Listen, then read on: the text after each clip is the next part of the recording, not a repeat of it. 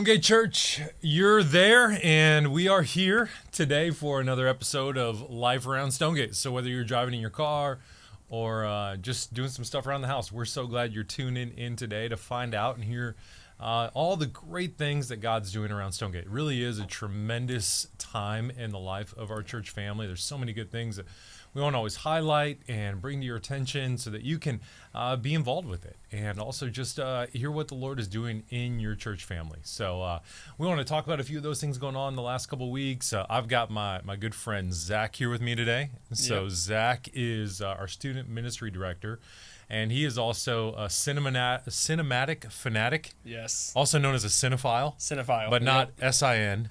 No. C-I-N. Yeah, yes. definitely not S-I-N. Super important distinction very there. Important. So. Yeah, also a lover of movies is what that means. And we were actually just talking about before we started the podcast, a huge soccer fan. But because Zach's pretty snobbish about it, he probably says football.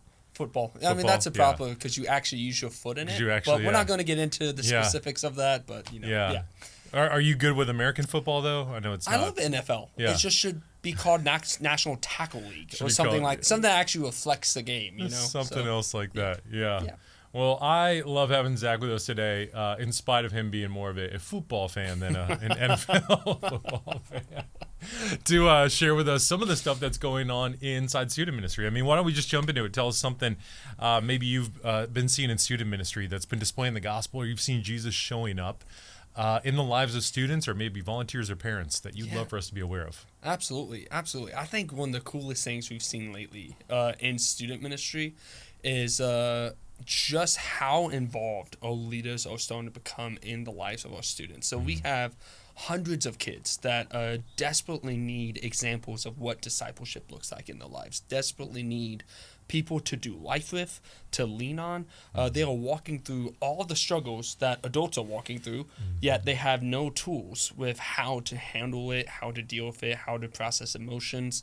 And so they desperately need people who are loving them, walking with them, and teaching them what it means to follow Jesus in those moments. And so lately, we have just seen so many of our leaders go above and beyond in forming relationships with students. You can literally go out to Chick-fil-A. There's a good chance you're running into a leader, some students. That's great. You can go to the football games, and there's a section of leaders cheering on students. Even with those emergencies, and we needed kind of the first responders of ministries, all leaders are stepping up and meeting students where they are, meeting families where they are, and walking with them in the midst of whatever life has. And so that's just been super encouraging to see. I bet. Yeah. It's so interesting, too, to every once in a while just pause and put yourself back in that situation of being in junior high and high school and realizing just what an incredible impact an adult can have in their words and even just their presence in the life of a student. Absolutely. Like, I think sometimes, I'm into my 40s now, and I just forget that so easily, just thinking like, what's the big deal? But really, if you put yourself back in that situation, just the outsized impact you can have in that particular season and moment in the life of a student is incredible. Absolutely. And particularly it's like you said, the ministry of presence. I mean, that means so much. More times than not, people are not going to remember the specific things you said or specific actions that were taken, but they will remember if you were there. And just the fact that they have people who they can say have been with them through the highest of highs and the lowest of lows. It's a huge I think blessing. it's a great invitation, honestly, for a lot of folks, if you're an adult out there and you're listening, to consider being involved with student ministry. Absolutely. I mean, the impact and difference you can make is truly tremendous. In fact, I think sometimes it can also be too easy to stereotype a generation or to think that maybe you're not really relevant or cool anymore. But I think sometimes we like to pretend things have changed more than they've stayed the same. I mean, people are still people, and they want to know that they're loved and that someone sees them and that someone's willing to listen to them.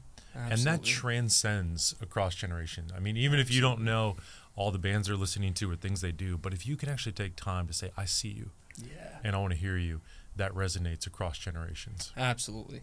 Spot on right there, honestly. I can't say it better myself, honestly. Well, I think you exhibit that really well. I mean, I love it because I've seen so much of that in your life where you have had such a ministry of presence with students. Thanks, man. Where I've seen you lead a lot with that posture of like, I want these students to know that I'm not just trying to create events or things like that, but really I want to be in your life. I want to know who you are, and I want you to see what the Lord's doing. Absolutely. So, I appreciate that, man. yeah, it's really cool to see. Speaking of which, tell us some of the things this fall that are going on in student ministry. Like, what are you guys studying? Yeah. What are you learning about? What are the things that you guys are preaching through and teaching through right now? Absolutely. So we really think about what it is that our students have been walking through.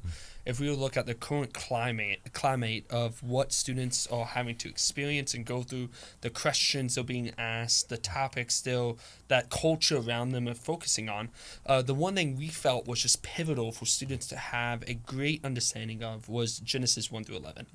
Of in the beginning, when God created the world, how did he create it? Why did he create it? And what does that mean to us today? How does that impact the way we live, what we do, the decisions we make, and particularly focusing on the ideals of identity and purpose. I think so many students are being asked and wondering all the time the two questions of who am I and what am I supposed to be doing? Yeah. And so I think when you open Genesis and you open Genesis chapter 1, you see that you are a son and daughter. Yeah. You are made in the image of God. And that at its root is so needed in the lives of our students to know and to believe and to walk forward in confidence of.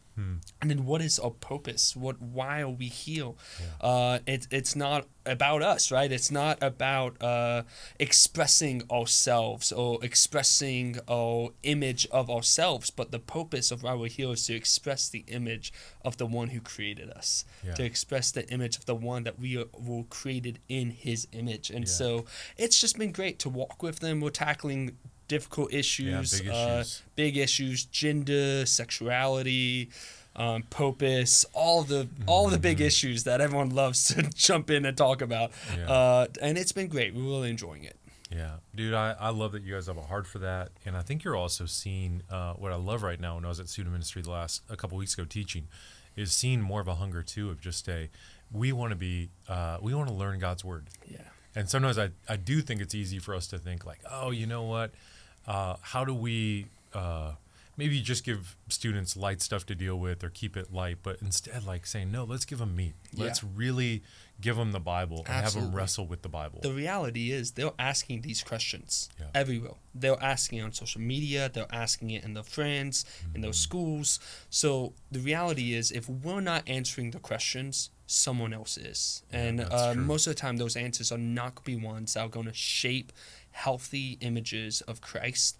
And so if we were to lay our guard down and say we'll go with the flow, really what we're missing is an opportunity to help shape and form and disciple these students and how they are already wanting to be shaped and formed. Yeah. Are there any other big issues you find yourself talking about pretty frequently, or even that you'd want parents to consider or know about, like, hey, these are just live topics right now in the lives of a lot of students I'm engaging with? Yeah, wow, that's a really good question. I think one of the ones that I'm just hearing more of outside, obviously you have your big ticket items right now of gender and sexuality. I think those are kind of your main questions being asked right now in the world. But I've found that a lot of the questions I've been walking with students in lately and just seeing asked more often is why should we do church? Like, what is church offering that I cannot get from any other social club, any other group, any other place of my life? What does church provide that my band doesn't, that my soccer team doesn't? Right. And to be honest with you, not a lot of them can give you a direct answer of what that is. And so just walking with them and showing them that the church is so much more than just a location we meet once or twice a week, and it's so much more than a social hangout. It is a place where we learn how to live life to the uttermost through the disciplines and through the teachings of Jesus. That's great. So yeah, that's definitely one. I think parents, like just continually reinforcing with your kids the importance of it. And it's not a Sunday importance or Wednesday importance, but it's a we do life in community importance. We do life being vulnerable, being known, and amongst other believers who are going to drive us closer to the image of God. Yeah. It's so huge what you're saying. I've got some kids that are aging into the student season of life, junior high, high school, those moments.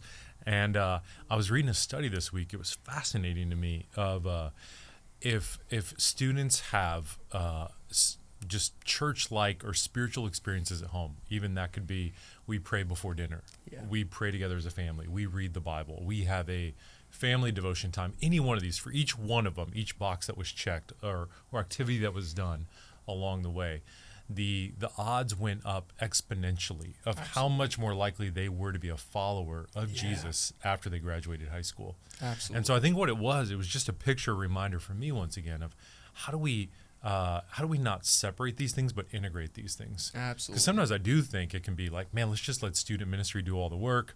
It's just like band does all the work for music development. Soccer does all, or whatever, athletics, and we're farming it out. Yeah. And I think sometimes parents can make that same mistake, even if they realize it or not. Of like, man, okay, I'm taking them to church, so I've checked that box. Absolutely. But I really think that's not a wise mindset in the long run. I was actually having a conversation today. Just the gentle reminder that parents, y'all are going to be the best image of God that your kids receive in this life.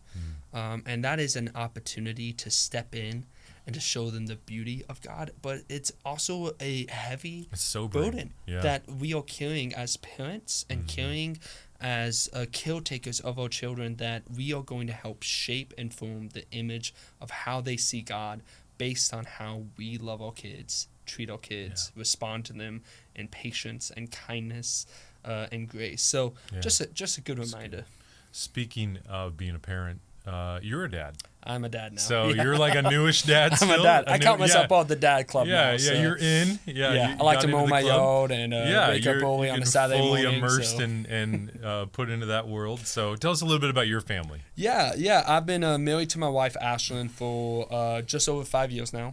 We were high school sweethearts, been together for just over 10 years.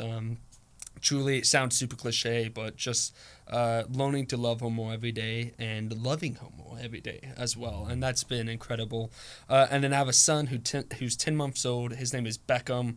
I'll let you guess where that name come from. Someone asked me, she was like, what's the Hebrew meaning of that? I'm like, that's a great question. I'll look into that. So, so we love him. He's a joy. And then I've got a dog. Her name's Millie. Love her as well. But yeah, that's kind of my family. And we've been at Stonegate now for coming up on 3 years. Yeah. It's been a full 3 years for you. It has been a full 3 years. Yeah. Because how did you come to Stonegate? Yeah. That's a great question. It's funny. I've kind of been keeping track of Stonegate for a while. Jeff Gardner, who was a student pastor just about 2 years ago. He was my student pastor at my church growing up, and just loved the dude. He was passionate about Jesus and just always one of my role models of like, I want to be like that. I want to be on fire for Jesus like that. And so I kind of had followed Stonegate since 2014 when Jeff came here. I served as a youth pastor in my last church for around 7 years. And coming to the end of that, it was funny. I would refer to Stonegate as kind of my church crush. That's how I refer to Stonegate. Don't know if that's right or wrong, I would like, hey, we should do this, and they're like, did you get that idea from your church crush? I'm like, yeah, I did. So, but really, God just aligned it to where it was. Through a tough season at my last church, we went a couple years without a lead pastor, especially during COVID and just having to carry a lot of the burdens in that season. And God provided a lead pastor for that church, which he's great and doing a great job. And at the end of that, I was like, God, like, what's next? What do you have for me? And Jeff gave me a call and offered me a position here, and I was like, yes, like. I'm all in. My wife was all in. He's like, take a day to pray about it. We called him that night. We were like, yeah. And he's like, you pray about it? I was like, we've been praying about it for 6 months, dude. It has been something that's been on our heart to literally our prayer was, believe it or not, was God, would you take us to a church like Stonegate? That was our prayer. And so God kind of went above and beyond. And he brought you in at such a wild time too. I mean, right on the heels of COVID, and in the aftermath, they're still in the midst of it, and all of that. And you've, man, your reputation precedes you in some really great ways. You've just been so faithful and hardworking and diligent in your time here. It's been really fun to watch that and see that story with you and Ashlyn. Thanks, man. We've loved it. It's truly been a blessing for us. And just kind of mentioned this with the students, but just the community of being at a place that truly wants you to be fully known. Man, it's just been so healing for Ashlyn and I, and really hoping it could be that for so many others, students, parents, and anyone else who just need to church home. Love that. Let me wrap up a few more questions. What is the number one football movie you would recommend for everyone? So if you had to pick one, give us a football movie recommendation that folks have to watch. Okay. I'll be honest, when it comes to movies, there are not very many good soccer movies. Okay. There's really not. I've tried, I've looked. The best one, it's not even a movie. We could talk to Austin about making one. Austin, there's your next project. Make a football movie. Ted Lasso. That's what I was going to say. It's on a movie. I would say Ted Lasso. Now it does. Season 1 was good. Yes. It fizzled season out a 1. little bit. Yeah. I would say it makes soccer seem like a joke, even still, which I hate. Well, let's be honest. Oh, okay. Wow.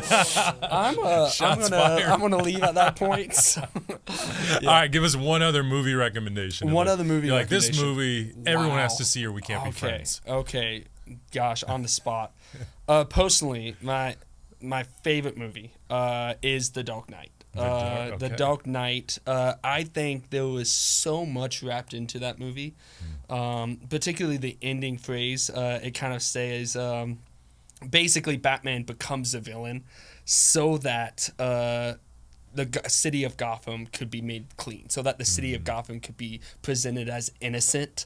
Because if not, the city of Gotham would have fallen into darkness and mayhem. Chaos and corruption. And I just think that's such a... I don't think it was like the director's intention, but I think it's such a beautiful picture of the gospel that Jesus takes on our sin. Takes our filth. Yeah, expiation right there. Yes, takes the blame so that we could be shown as innocent before the Lord. So I just love it. I think it's great. Christopher Nolan is a phenomenal storyteller. I would say The Dark Knight's definitely a must. If you're looking for a family-friendly movie, definitely Spider-Man Across the Spider-Verse. Check that one out. So love it. Why don't you give us a parting shot of one piece of wisdom or encouragement you'd say to parents out there, students these days, and things from your heart you would love them to hear and consider? Yeah, absolutely. I actually would take just a little bit of what we talked about this morning, actually, Ryan. Just remember, love is patient. Your kids are on a journey to become who God has set them out to be. And that process is a long process. It would be great if it took a couple of days or a couple of years. And the reality is, parents, you may not see the fruit of your labor for many years after your kid leaves your household. Your kid graduating is not the deadline. It's not the clock that they have to have it all figured out by. That's good. It is the moments that you have for lasting effect, and that lasting effect is not going to be created in situations where you stepped in and handled it very quickly. It's going to be created by stepping in and showing them the gracious, patient love of Christ. And so, that's what I would say. That's a good reminder, man. It does often, I think parents can live under this artificial deadline that you got to get everything done by graduation day. Absolutely. And, Absolutely. I think those are wise words. So, man, super thankful for you. Thanks, and I would encourage any of you out there, if you do not have a place that you're serving or feel like the Lord's using you to make disciples, and really that's what we want to do here at Stonegate. All of us making disciples. What Zach was describing for us today is a beautiful picture of disciple making. That's what it is. Sometimes we lose sight of that, but showing up at football games, those conversations, those encouragements, those messages when they feel down, that's all part of making disciples. Absolutely. And it's such important, meaningful work that some of those stories and experiences can last a lifetime. So consider jumping in with them. I love what our student ministry team is doing, and thankful for you, Zach. Thanks, man. So catch you guys next time. If you need anything in the meantime, don't hesitate to reach out. You can leave a comment or just send us an email, and we want to help you and minister to you in any way we can. God bless.